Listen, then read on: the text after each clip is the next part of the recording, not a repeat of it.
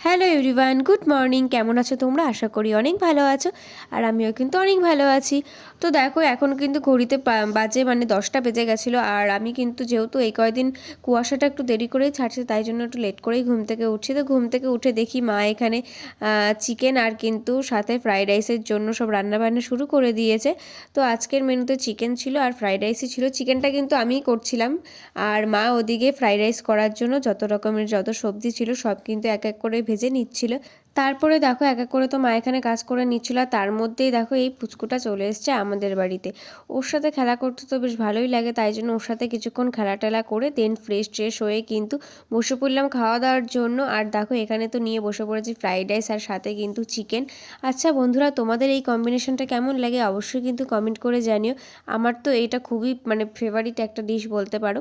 তো যাই হোক, বেশি বকবক না করে চলো একটা ইনস্ট্যান্ট বাইট দেওয়া যাক। তো তার জন্য তো ফার্স্টে ফ্রাইড রাইস, আলু আর চিকেন আর পেঁয়াজ নিয়ে দিয়ে দিলাম মুখের মধ্যে ভরে, আর মুখটা জাস্ট স্বর্গের মতো হয়ে গেল। এখনও আমার মুখে মানে স্বাদ লেগে রয়েছে, এত টেস্টি হয়েছিল আজকের খাবারটা।